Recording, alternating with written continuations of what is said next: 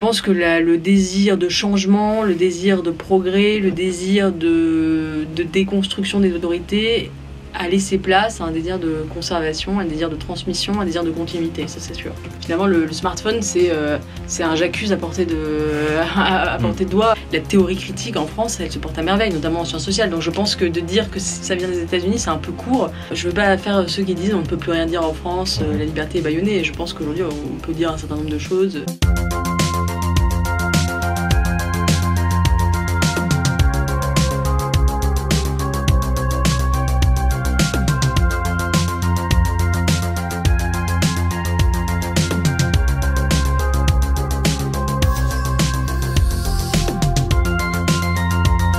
Eugénie Bastier, bonjour. Bonjour. Je suis très content de vous recevoir sur cette chaîne YouTube. Donc je voudrais qu'on parle de plusieurs choses. La plus importante étant votre dernier bouquin, La guerre des idées, donc publié chez Robert Laffont. Dans un premier temps, je voudrais que vous vous présentiez un petit peu, qu'on voit un petit peu votre parcours journalistique, mais aussi idéologique. Du coup, où est-ce que vous avez commencé ? Alors, mon parcours, j'ai commencé... je suis tombée dans le journalisme un peu par hasard, en fait, parce que j'ai fait Sciences Po et je préparais... j'étais en master affaires publiques, mon objectif c'était plutôt faire l'ENA et peut-être faire de la politique. Et j'ai commencé à faire un stage à Causeur en 2014, un peu par hasard, parce que j'aimais bien ce magazine et le côté un peu abstrait du droit public m'avait un peu découragée. Et donc j'ai commencé à faire un stage à Causeur et là j'ai beaucoup aimé cette expérience et j'ai pris goût finalement au journalisme. Donc un journalisme plutôt d'idées, déjà très opinion. Ensuite je suis allée au Figaro et j'étais stagiaire lors du lancement du Figaro Vox, qui est le site débat opinion du Figaro. Ouais. Et maintenant je suis aux pages débat du Figaro, où je m'occupe finalement de ces 2 dernières pages du Figaro, qui sont à la fois des chroniques, des interviews, des analyses, et c'est plutôt un travail éditorial de solliciter des intellectuels pour répondre à une problématique d'actualité. Voilà, donc moi mon goût pour le journalisme il s'est développé plutôt par les idées justement, et c'est un peu ce que je raconte dans ce livre, hein. C'est du journalisme d'idées où mes enquêtes, mon terrain, ce sont la vie des idées, ce sont les intellectuels, donc c'est un journalisme un peu spécifique, et je pense que en fait, j'ai toujours hésité entre la philosophie et la politique, et je trouve que le journalisme est un peu un équilibre entre les deux, parce qu'en politique, vous êtes très engagé et vous perdez un peu votre liberté de penser, votre liberté d'opinion, le goût de la vérité en fait. C'est ça. Et dans la philosophie, vous êtes dans la vérité, dans la liberté de penser absolue, mais vous n'avez aucun pouvoir et vous ne pouvez pas agir sur le réel. Et je trouve que le journalisme est un bon équilibre entre la liberté et le pouvoir en fait, parce qu'on peut influencer à modeste échelle évidemment, mais le cours des idées, mais on garde son indépendance, sa liberté d'esprit absolue. Alors justement, ce parcours aux pages débat vous a permis d'écrire ce bouquin parce que vous avez été du coup en contact avec beaucoup d'intellectuels. Et donc vous essayez de faire une sorte de cartographie. Oui. Depuis le début de la notion d'intellectuel, ça commence là-dessus, sur comment apparaît la notion d'intellectuel avec l'affaire Dreyfus, qu'est-ce qu'un intellectuel, la figure aussi de l'anti-intellectuel, vous parlez de Barès, de Péguy, des gens comme ça. Donc je voudrais vous poser une première question par rapport à ça. Que fait un intellectuel ? Bonne question. Alors je pense qu'il y a une définition d'intellectuel qui est très française, hein. D'ailleurs Raymond Aron disait des États-Unis c'est un enfer pour les intellectuels, parce qu'aux États-Unis on donne la parole plutôt aux techniciens qu'à l'homme cultivé, et en France c'est vrai qu'on a cette notion de l'intellectuel qui n'est pas un expert, qui n'est pas un technocrate, qui n'est pas un spécialiste, mais qui a un point de vue un peu général sur le monde. Et comme le disait Sartre, justement pour le coup, parce qu'il a dit beaucoup de bêtises, il disait un intellectuel c'est celui qui se mêle de ce qui ne le regarde pas. Et je crois que c'est une bonne définition, c'est-à-dire que c'est pas forcément un spécialiste du sujet dont il s'empare, mais au nom de son magistère, de son œuvre, de la légitimité qu'il a acquis dans un domaine, eh bien il va s'impliquer dans la vie de la société, dans la police, dans la cité, et c'est pour ça d'ailleurs que tout universitaire n'est pas un intellectuel et tout intellectuel n'est pas un universitaire.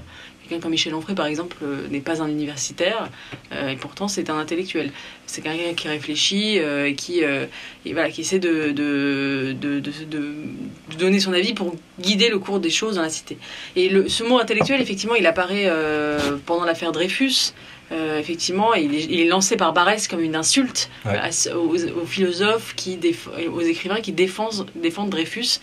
Il dit en gros, vous êtes des intellectuels, c'est-à-dire vous êtes dans la théorie, dans l'abstraction, vous êtes détachés du réel, du quotidien des gens, etc. Et donc, ça naît comme un reproche. Et ensuite, cette figure d'intellectuel, c'est vrai qu'elle va être plus à gauche qu'à droite.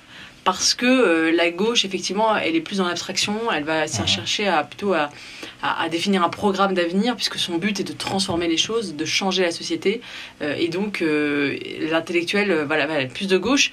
Mais en même temps, on pourrait dire aussi que, comment dire, ça c'est la définition d'intellectuel qui court depuis l'affaire Dreyfus, mais si on regarde finalement la vie des idées depuis l'Antiquité, l'intellectuel c'est aussi celui qui sonde les tréfonds de l'âme humaine, qui dit des vérités universelles sur l'homme, et ça c'est pas des gens de gauche. Enfin, je pense qu'il y a deux attitudes face au réel. Aussi, on est dans une société où il y a une tertiarisation avec de plus en plus d'experts. Est-ce que c'est aussi un frein à l'apparition d'intellectuels dans notre société contemporaine? Oui, je crois qu'aujourd'hui, l'intellectuel est concurrencé par le haut, par l'expertise, et par le bas, par les réseaux sociaux qui font qu'effectivement, tout un chacun peut donner son opinion. Finalement, le smartphone, c'est un j'accuse à portée de doigt pour tout le monde. C'est-à-dire que tout le monde peut avoir sa chaîne YouTube, donner son avis. Il y a une désintermédiation totale, pour le meilleur et pour le pire d'ailleurs, mais qui fait que le monopole finalement de médiateur entre les aspirations du peuple et les grands idéaux qui étaient celui de l'intellectuel, aujourd'hui il est complètement ubérisé, on va dire, une ubérisation de l'intellectuel, et par le haut, effectivement, par l'expertise, parce que alors ça c'est la grande idée des années 80-90, je dirais, où finalement on clame la mort de l'intellectuel, de cet intellectuel généraliste. Et il y a deux branches. Il y a la branche, je dirais, de gauche, voire d'extrême gauche, à la Foucault qui forge l'idée d'intellectuel spécialiste, spécifique, en opposition à l'intellectuel sartien, universel. Il dit finalement, l'intellectuel qui parle au nom de tout le monde, de façon universelle, c'est terminé. Maintenant, il y a une vision intellectuelle spécifique, c'est-à-dire c'est un intellectuel à la fois qui est engagé, mais engagé dans une cause qu'il connaît. Et ça va être, par exemple, Foucault écrit sur les prisons, il va défendre les prisonniers. Ou un tel intellectuel va se spécialiser des migrants, il va défendre les migrants, etc. C'est ce qu'on voit aujourd'hui avec ce que Nathalie Hennig appelle les académos militants, c'est-à-dire des universitaires qui se spécialisent dans une catégorie dont ils font en même temps un objet de militantisme. Et c'est toutes les théories du genre et de la race, où finalement l'objet d'étude devient un objet à défendre, et on va se spécialiser de plus en plus dans une catégorie extrêmement précise. On abdicte toute la notion de l'intellectuel universaliste ample, qui pouvait parler d'humanité, qui pouvait se mettre à la place d'eux, à la fois dans l'histoire et dans le temps, pour se concentrer sur vraiment un domaine très très restreint. Et la deuxième figure donc ça c'est l'académie militant, la deuxième figure qui va concurrencer l'intellectuel généraliste, c'est l'expertise, effectivement. Cette figure de l'expert, on dit que le monde est très complexe, c'est trop compliqué. De toute façon, c'est l'économie d'abord, ça c'est les années 80-90, et donc l'intellectuel va laisser sa place à l'économiste, aux techniciens. Et ça, c'est en train aussi de disparaître, parce qu'on voit qu'il y a un retour du besoin d'une parole plus accessible, plus généraliste sur le réel. Alors vous avez évoqué la figure de Michel Onfray en disant que c'était un intellectuel. Ce qui me surprend un petit peu, c'est que pourtant il a une posture qui ressemble beaucoup à celle de Barrès. Il parle beaucoup de bon sens paysan, de bon sens populaire. Et il part pas forcément dans des conceptualisations très, très abstraites. Du coup, comment ça se fait que, alors qu'il a une posture similaire à Barrès, qui pour le coup représente l'anti-intellectuel par excellence, Michel Onfray représente pourtant, est considéré comme un intellectuel?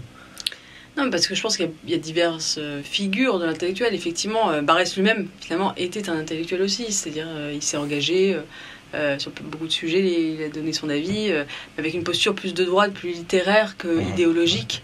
Et Michel Onfray, effectivement, c'est intéressant parce que dans mon livre, je dis à un moment dans le portrait qui lui est consacré qu'il n'a créé aucun concept.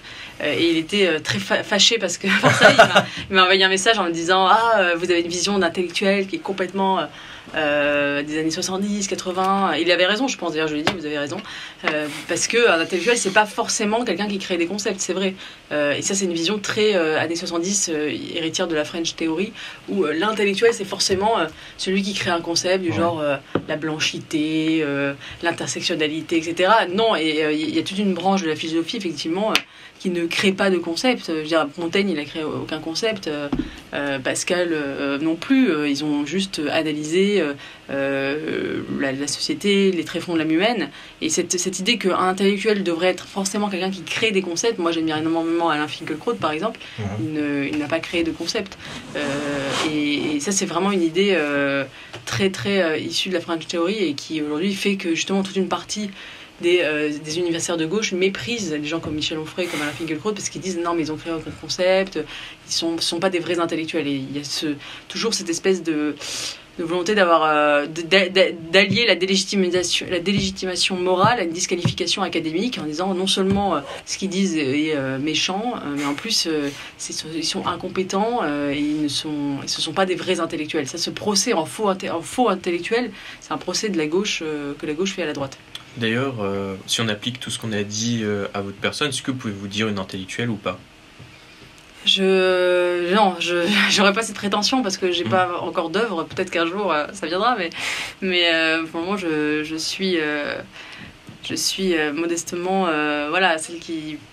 Je suis une journaliste dans le débat d'idées, je pratique un journalisme intellectuel, mais j'irai pas jusqu'à m'auto-qualifier d'intellectuel. Vous voudriez être qualifié d'intellectuel plus tard? Je sais pas. C'est pas une étiquette que je trouve infamante, c'est pas non plus une médaille que je voudrais m'accrocher. Voilà, on verra. L'intellectuel cherche-t-il plutôt le bien ou la vérité? Moi, je pense qu'il devrait chercher la vérité. Alors, comme je suis chrétienne, je pense qu'il y a une adéquation entre la vérité et le bien, et que je reprends la définition de la vérité de thomiste, adéquatio res et intellectus, l'adéquation de la réalité et des faits et de l'intelligence. Mais effectivement, une grande tendance chez l'intellectuel, notamment tout le long du XXe siècle, c'était d'avoir préféré le bien, enfin le bien de l'idéologie qu'il poursuivait à la vérité. C'est ce qui pousse par exemple Sartre en 1954, lorsqu'il revient du RSS, à écrire dans un article la liberté de parole et la liberté de critique est complète en URSS. Ce qui est quand même alors qu'on était à l'apogée du stalinisme et que des gens par millions mouraient au goulag. Et donc oui, on a effectivement l'exemple le plus frappant, c'est ces intellectuels communistes qui, au nom de leur idéologie, ont refusé de voir et d'ouvrir les yeux sur les dérives enfin les dérives, le mal que sécrétait le communisme.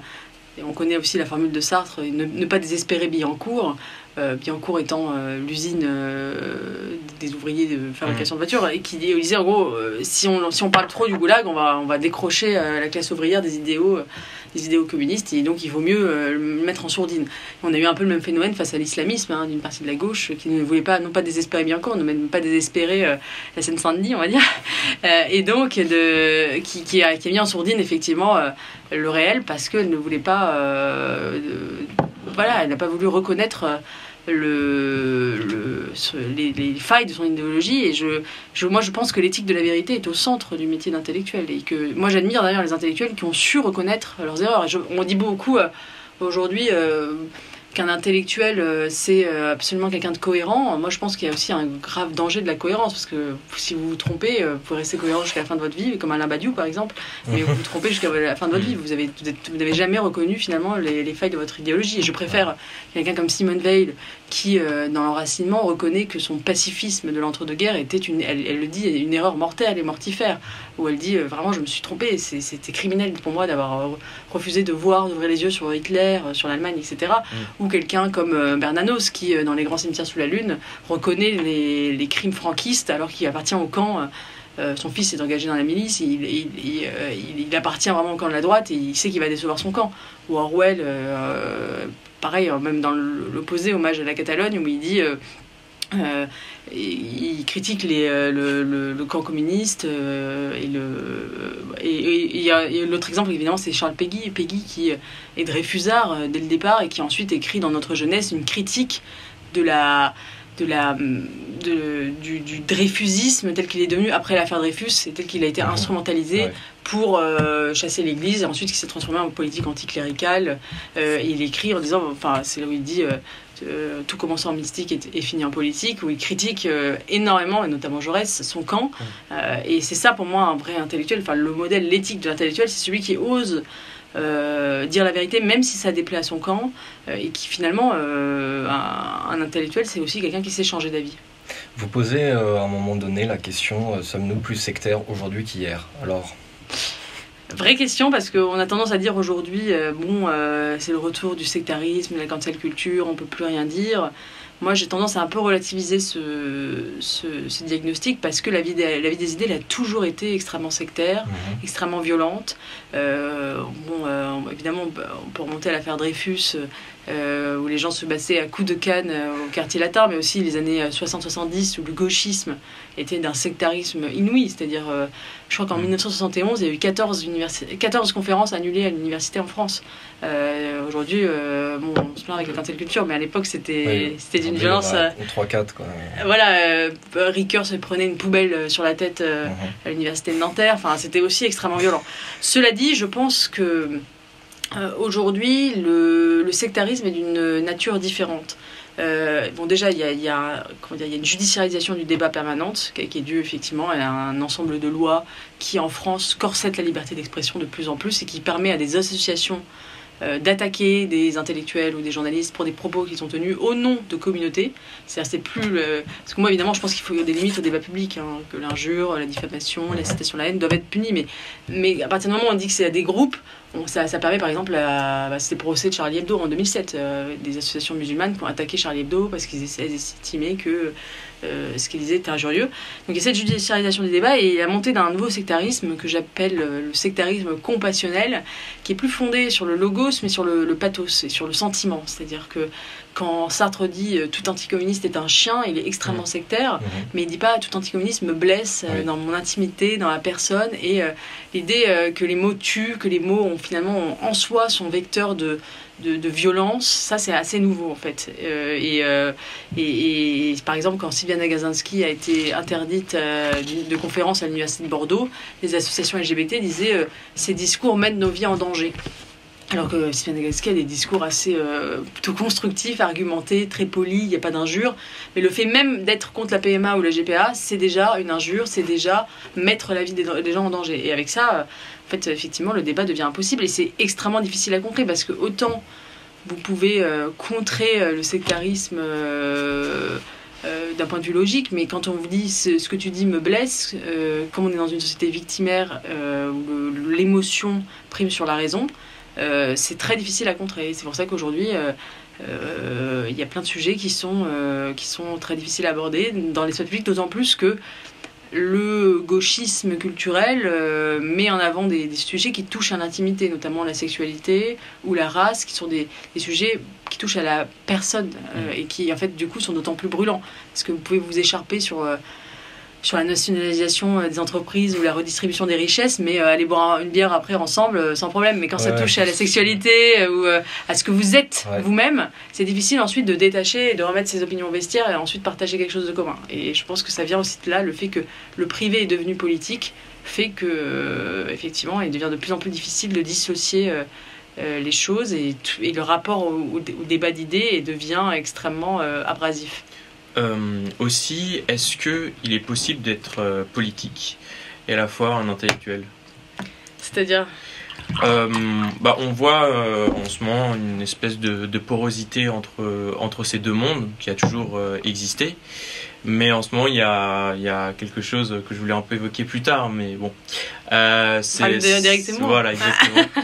Tourne pas autour du pot. Voilà, j'allais lancer le pavé dans la mare. Du coup, est-ce qu'il n'est pas justement dans ces zones grises, on va dire? Je pense qu'effectivement, il y a un attrait de la figure d'intellectuel en politique. On peut parler d'Éric Zemmour, mais Michel Onfray, à un moment, on en avait parlé.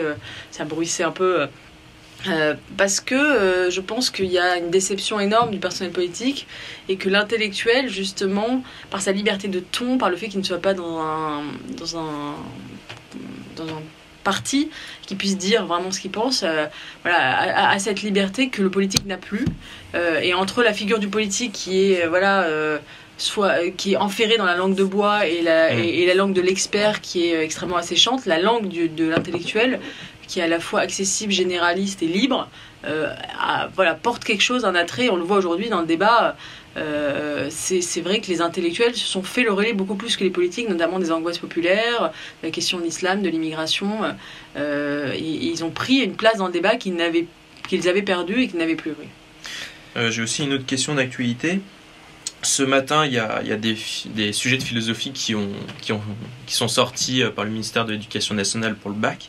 Et du coup, il y avait une question qui était discutée, est-ce renoncer à la violence ? Ah oui, c'est très drôle parce que justement, quand j'ai vu ce sujet, je me suis dit, c'est un peu le sujet de mon livre. Parce que, effectivement, discuter, est-ce renoncer à la violence, c'est une excellente question. Alain disait toute discussion est le commencement d'une guerre, parce qu'effectivement quand on débat, je pense que c'est arrivé à n'importe lequel d'entre nous, on peut se disputer, se fâcher avec quelqu'un de notre famille ou un proche, un ami pour un sujet ou un débat. Ça nous a tous arrivé, parce qu'effectivement c'est jamais facile, ça implique une vision du monde, ça charrie, on peut pas juste débattre pour le plaisir de débattre, c'est forcément très conflictuel. Mais en même temps, je pense que c'est justement le fait même que le débat soit conflictuel, violent, même qui se transforme en dispute, c'est aussi un antidote à la guerre civile. Moi, je suis pas d'accord avec justement l'idée, les mots tuent. Effectivement, oui, les mots tuent, c'est évident qu'une propagande peut passer au moelle, peut provoquer le passage à l'acte, mais je pense que la liberté de ton, le fait de pouvoir parler de tous les sujets, c'est aussi une alternative à justement au recours à la violence, à la guerre civile. C'est parce qu'on parle des choses qu'on ne va pas se mettre à être dans la violence. Et je crois que d'ailleurs aux États-Unis, où la cancel culture est très très forte, où les sujets sont très très mis sous la table, où le politiquement correct est très très puissant, vous avez justement une extrême droite très très violente, presque en réaction.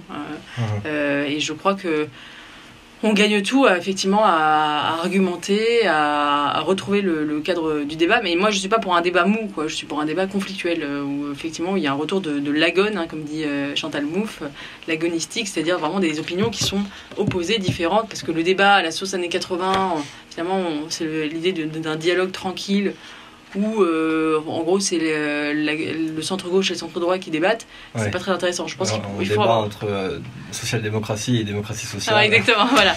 Je pense qu'il faut un débat frontal, conflictuel, et moi mon modèle de débat, voilà, c'est la conversation conflictuelle. Justement par rapport à ça, quelle est la relation de la gauche radicale intellectuelle à la notion de débat ? Est-ce qu'elle aime débattre ? Non. Non, et ça depuis longtemps.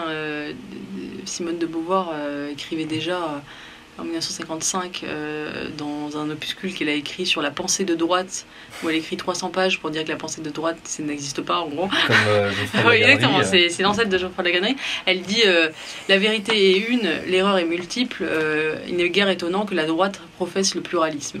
Donc entre guillemets, voilà, comme la droite est dans l'erreur, elle professe le pluralisme. Donc il y a voilà, avec ce sectarisme de l'extrême gauche qui n'a rien à envier aujourd'hui effectivement à Geoffroy de la Gannerie et consorts, qui théorise le refus du débat en disant finalement nous ne débattons pas parce que nous c'est le fameux slogan, l'extrême droite, on ne débat pas, on combat. Extrême droite étendu jusqu'à Manuel Valls évidemment, même jusqu'à Emmanuel Macron.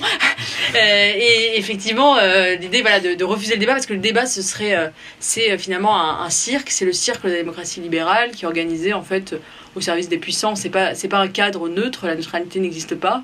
C'est un outil au service des puissants, de la bourgeoisie, qui d'ailleurs la bourgeoisie qui est comme bien sûr selon eux alliés au fascisme, parce qu'il faut toujours que les méchants soient tous d'un côté, et donc on refuse le débat, et ça c'est très très fort, et je pense qu'il y a cette idée quand même, la gauche, malgré le fait que son hégémonie soit contestée, elle a toujours cette volonté de vouloir tracer les périmètres du débat, du disciple et de l'indicible, de qui a le droit de s'exprimer, qui n'a pas le droit de s'exprimer, quels sujets sont abordables, quels sujets ne le sont pas, et elle s'arroge finalement le rôle de délimiter le périmètre du débat.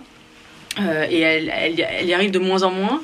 Et à mesure d'ailleurs que son hégémonie est contestée, elle devient de plus en plus radicale, comme si finalement il lui restait plus que ça. C'est-à-dire que, comme j'allais dire, si sur le libre marché des idées, comme ces idées ne font plus recette, elles instaurent une forme de protectionnisme. C'est-à-dire on va mettre des barrières pour pouvoir sanctifier notre monopole. La gauche se réfugie à gauche. Ouais. Et en fait, parce qu'elle sait que ces idées ne gagneront pas l'opinion si elles sont mises juste comme ça dans les rayons, quoi. Il faut obliger les gens finalement à les acheter. Et effectivement, donc d'où ce sectarisme, voilà. Et c'est vrai qu'aujourd'hui, jamais un intellectuel de droite ne refusera une invitation par un média de gauche. Mais l'inverse est très fréquent, quoi. La gauche refuse systématiquement. Ça vous est beaucoup arrivé, ça, au Figaro, justement, d'inviter des intellectuels de gauche et qu'ils vous disent non, je viens pas. Figaro, après, Figaro est plutôt à droite, donc je vais pas interviewer la Gannerie au Figaro. Ouais. Mais par contre, c'est vrai que pour mon livre, par exemple, je cite d'ailleurs Frédéric Lordon a refusé de me répondre. Et il m'a répondu très poliment, mais avec sa vision. Sa vision était vraiment, je ne veux pas participer au cirque du débat parce qu'on est dans une guerre et qu'on ne débat pas, on se combat, quoi. Et il y a vraiment cette idée très forte à l'extrême gauche que finalement le pluralisme est un cirque et que la démocratie libérale est un jeu de théâtre qu'il faut pas jouer ce jeu-là. Aussi, il y a dans le monde du journalisme beaucoup de personnes qui se revendiquent de la neutralité. Est-ce que vous pensez que c'est possible ou que c'est de la poudre de perlimpinpin pour reprendre l'expression de certains? Je pense que la neutralité, je pense qu'elle est impossible, non, parce que le journalisme, ce sont des subjectivités. Et je dirais pas que le Figaro n'est pas neutre, c'est un journal de droite d'ailleurs qui s'assume à droite, mais Le Monde, eux, se prétendent n'assument pas par exemple d'être un journal de gauche. Ils disent toujours que non, ils sont le journal de référence, qui sont justement cette neutralité. Moi je pense que, mais ça veut pas dire qu'il n'y ait pas de neutralité, ça veut pas dire qu'il n'y ait pas d'honnêteté intellectuelle et de recherche de la vérité. Effectivement, c'est un journal qui s'inscrit dans une tradition, dans une généalogie, où moi par exemple je suis une journaliste qui a une certaine référence, donc je ne prétends pas à une neutralité. Mais je prétends en effet par contre à l'honnêteté intellectuelle, au goût de la vérité et à la capacité finalement à reconnaître même des points à l'adversaire. Je pense que ça c'est une éthique qui doit être très forte, l'éthique de la vérité plus que l'éthique de l'objectivité, qui est forcément impossible parce que un journal ne peut pas être exhaustif, il choisit forcément les faits qu'il traite, il choisit forcément une hiérarchie de l'information qui répond à certains objectifs. Et puis l'idéal finalement de l'objectivité parfaite, c'est celle de l'algorithme Google finalement qui va agréger du contenu, c'est celle du robot. Je pense que la richesse du journalisme, c'est justement d'être fait de subjectivité, d'être tissé de subjectivité individuelle et de journalistes qui vont donner un regard avec nourri de références, nourri d'un passé, d'un certain regard. Sinon effectivement on se transforme en robot et je pense que c'est pas du tout souhaitable. Je voudrais parler un petit peu de l'idéologie woke qui représente pas mal la gauche radicale occidentale ces dernières années. D'où vient-elle? Bonne question. On dit beaucoup que ça vient des États-Unis, mais en fait c'est vrai que les racines de ces théories, elles viennent aussi de France, de ce qu'on appelait la French Theory, avec Deleuze, Derrida, Foucault, cette pensée de la déconstruction qui consiste finalement à voir le geste intellectuel avant tout comme un geste de dévoilement d'une domination. C'est-à-dire que derrière le moindre énoncé le plus anodin, il faut chercher une structure de pouvoir, une domination cachée, et mettre au jour ces structures de pouvoir, que ce soit le patriarcat, le capitalisme, le privilège blanc, etc., la domination blanche. Et je pense que ce grand geste de dévoilement, c'est le geste de déconstruction des années 60-70. C'est-à-dire finalement tout ce qu'on a cru vrai, c'est-à-dire le fait que la démocratie libérale était un bon régime, que l'universalisme des Lumières était une bonne chose, tout ça en fait n'existe pas. Ça c'est juste des discours de dominants et donc il faut déconstruire. Et donc ça, je pense, ça a traversé l'Atlantique. D'ailleurs c'est marrant parce que ça a traversé l'Atlantique dans les années 80. au moment même où cette pensée s'affaissait un peu en France. Absolument. Et qu'on avait le retour justement du libéralisme et ce qu'on appelait les nouveaux philosophes, BHL, Bruckner, Glucksmann, qui étaient complètement, qui étaient assez opposés à ça, ou Ferry, etc. Et par contre, ça a essaimé aux États-Unis, et je pense que le variant de la French Theory a rencontré un fond américain de puritanisme, et ça donnait cette espèce de religion woke qui est un peu une ressucée du gauchisme des années 60-70, notamment sur le féminisme, sur l'antiracisme, parce que tout dans les textes y est déjà dans les années 60-70. Et même avant, quand on lit Sartre, la préface aux damnés de la Terre de Frantz Fanon, ou d'autres textes, il est d'une violence, ça n'a rien à envier aux décoloniaux d'aujourd'hui. Même Frantz Fanon, c'était déjà de cette époque. Mais ça a muté avec cette espèce de... Oui, c'est devenu quelque chose de religieux, parce qu'effectivement, il y a les réseaux sociaux, la tyrannie de l'émotion, l'hyper-individualisme, le subjectivisme, et tout ça a donné cette espèce de religion woke, qui est un mélange donc, de ces grandes idéologies des années 60-70 gauchistes, avec cette espèce d'ambiance émotiviste, qui fait que, voilà, on a une espèce de quelque chose de quasiment religieux, et d'ailleurs le mot woke lui-même renvoie à quelque chose de religieux, éveillé, converti, quoi. C'est une conversion du regard, c'est-à-dire que tout d'un coup, je m'aperçois que je vis dans un monde traversé de domination, traversé de structures de pouvoir, et je convertis mon regard. Si je suis un dominant, je fais la liste de mes privilèges. Si je suis un dominé, je m'implique dans la lutte, etc.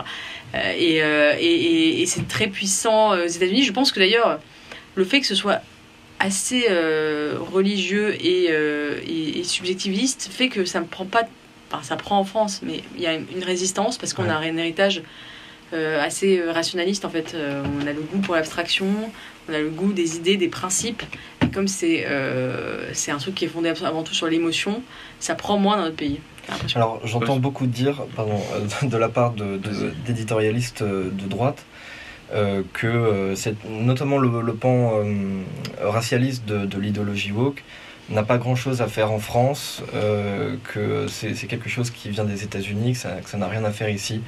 Je trouve que c'est un argument un petit peu bancal de dire que parce qu'une idéologie vient d'ailleurs, alors elle n'a pas grand chose à faire ici. Qu'est-ce que vous en pensez, vous, de cet argumentaire ? Moi, je pense que, je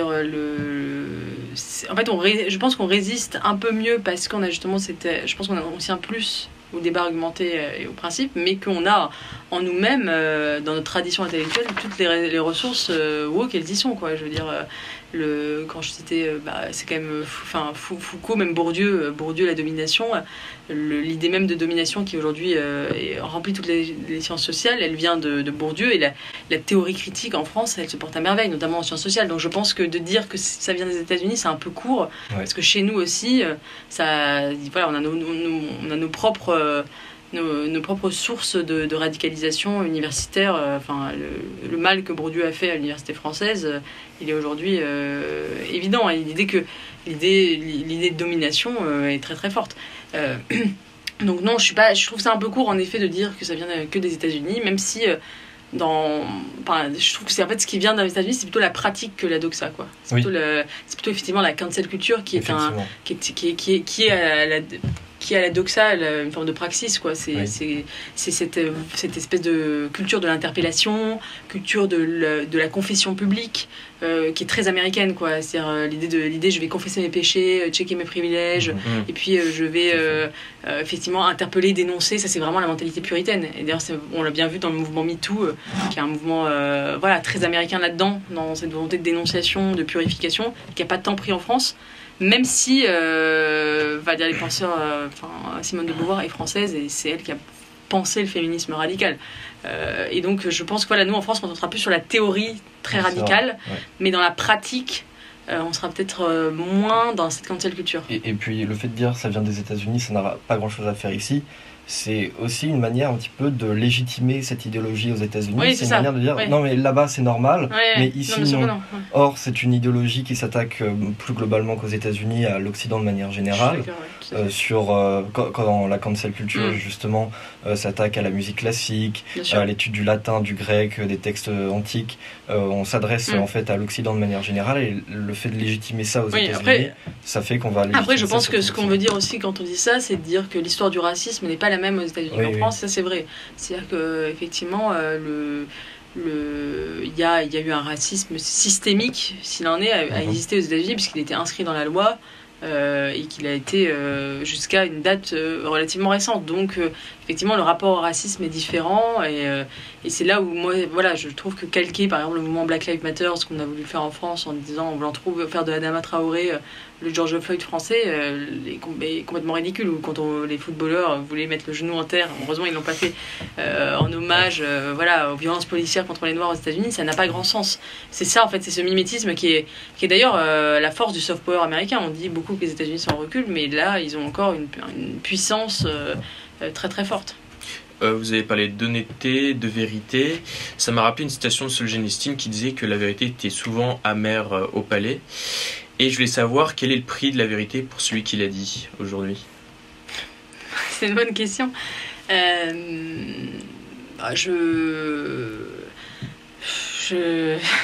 pense que je veux pas faire ceux qui disent on ne peut plus rien dire en France, la liberté est bâillonnée. Je pense qu'aujourd'hui on peut dire un certain nombre de choses, faut pas non plus tous les gens qui se croient justement des petits Solzhenitsyn parce qu'ils parlent soi-disant de sujets tabous, alors que bon, en France on a quand même une vraie liberté de parole.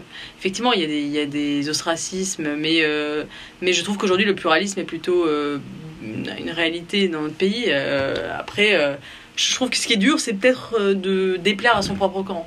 Je trouve que il est difficile, par exemple, notamment quand on est à droite, de dire des choses déplaisantes par exemple, je sais pas, sur les excès de la droite, par exemple. Et je trouve qu'on est... à gauche, il y a toujours un procès en pureté idéologique. C'est-à-dire on va vous dire vous n'êtes pas vraiment de gauche, vous faites partie de la fausse gauche, on va dire vous avez dérivé.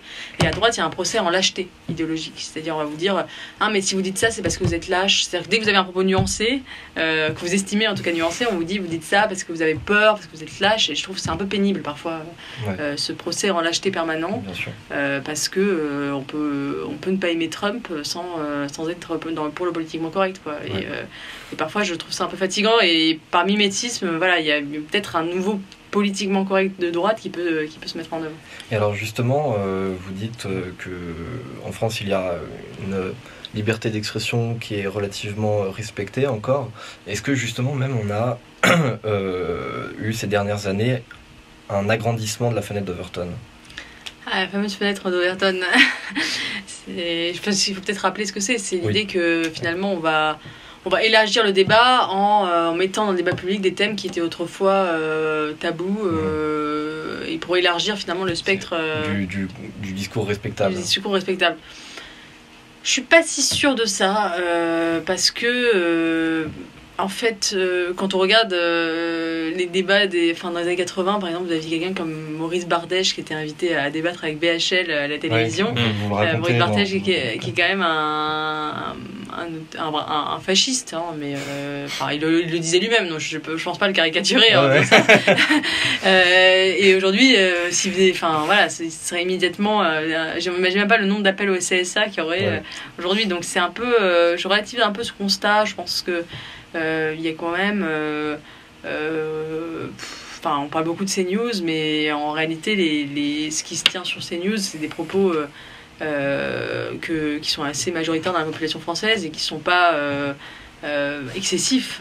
J'ai pas cette impression là en fait, mais la gauche est tellement habituée à avoir son monopole que le centre de gravité de la pensée soit dans son camp, qu'elle considère effectivement et elle a fixé tellement des limites étroites finalement au débat public qu'elle considère que les limites qui correspondent finalement à ce que les gens discutent autour de la machine à café sont déjà trop larges. Moi je ne crois pas qu'on ait cette histoire de fenêtre d'Overton, je la trouve un peu bancale. Du coup moi je pense que là ça va être bientôt l'heure. J'ai une dernière question.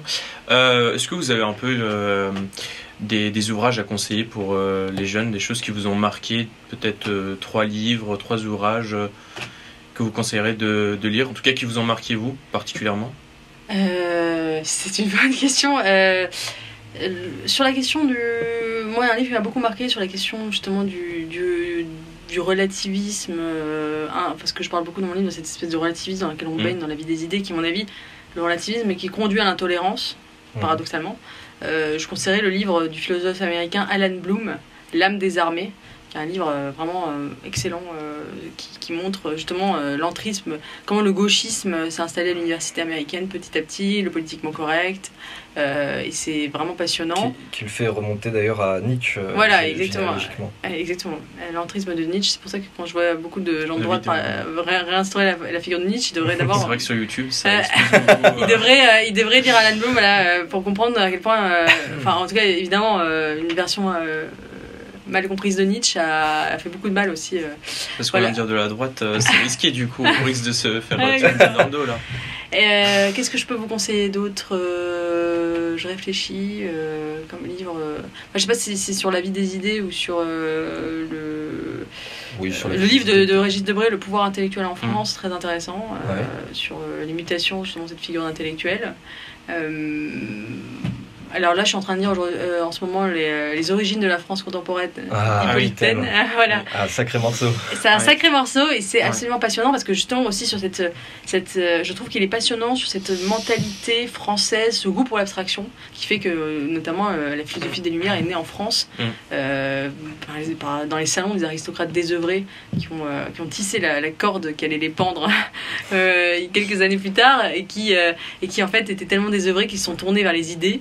Ça c'est vraiment le prototype de l'intellectuel dans ce qu'il y a de pire quoi, et qui du coup ont fait grandir ces abstractions qui ont engendré la Révolution française, l'égalité, le peuple, la nation, des grands mots en fait qui ont fait ensuite l'histoire. C'est absolument passionnant et il dit d'ailleurs qu'il y a un lien même avec notre langue, la langue française qui est une langue qui pousse vers les généralités plus que vers le détail et qui nous pousse justement à avoir une mentalité très poussée vers les idées. Alors moi j'avais juste une autre question, vous évoquiez CNews. Vous avez maintenant une émission chaque semaine, toutes mes félicitations. D'ailleurs c'est une émission qui est très bien, j'avais regardé les 3, c'est le samedi à 19h. Merci. Et je me souviens d'un moment, c'était dans la première avec Alain Finkielkraut, un moment je me suis dit mais ça il faut le mettre en 2 mètres sur 3 dans le studio parce que c'est juste historique. Il y a un instant où vous regardez un passage de l'émission d'Éric Zemmour, donc on a Éric Zemmour en 2/3 sur l'image et on a vous en haut à droite avec Gabriel Cluzel et en bas à droite il y a Alain Finkielkraut. Alors là j'ai vu ça, je me suis dit mais qu'est-ce qui se passe à la télévision? Qu'est-ce qui se passe à la télévision? Est-ce qu'on assiste progressivement à une victoire de la droite culturelle? Je sais pas, je pense qu'il faut relativiser ce constat-là aussi parce que c'est ce que la gauche aimerait nous faire croire, c'est que la droite a gagné la bataille des idées parce que CNews fait 2% d'audience. Alors effectivement, dans l'opinion, la droite a gagné la bataille des idées, mais finalement, est-ce que c'est vraiment des idées? C'est le réel en fait qui a gagné la bataille des idées et le réel pousse effectivement plutôt à être de droite que de gauche et les grandes abstractions de gauche, les grandes utopies sont tombées effectivement et donc oui, le discours notamment sur l'immigration, sur les frontières, sur la nation, il y a effectivement indubitablement un glissement de l'opinion à droite, mais si on regarde par exemple sur les sujets bioéthique, c'est pas du tout le cas. Par exemple, les conservateurs ne cessent de perdre des batailes et l'opinion est majoritairement, de façon écrasante, pour toutes les avancées sociétales. Et de la même manière, la droite libérale, elle aussi subit des déroutes idéologiques. Elle est quasiment morte. Enfin, le retour de l'État dans l'économie est plébiscité. Donc voilà, je pense qu'il faut effectivement, oui, sur les sujets régaliens, la demande d'autorité. Oui, c'est vrai qu'on est dans une période où je pense que le désir de changement, le désir de progrès, le désir de déconstruction des autorités a laissé place à un désir de conservation, un désir de transmission, un désir de continuité, ça c'est sûr. Merci énormément d'être venu ici. D'ailleurs, encore félicitations pour votre arrivée sur CNews. C'est très agréable, c'est une très bonne émission. J'y trouve vraiment très bien. D'ailleurs, on apprend énormément de petites anecdotes dedans, de rencontres entre des intellectuels. On n'aurait pas supposé ça dans des cafés, des discussions. Il y a des petites anecdotes qui sont très croustillantes, on va dire. Donc, merci encore. Merci à vous. Abonnez-vous à la chaîne et à très vite pour la prochaine vidéo.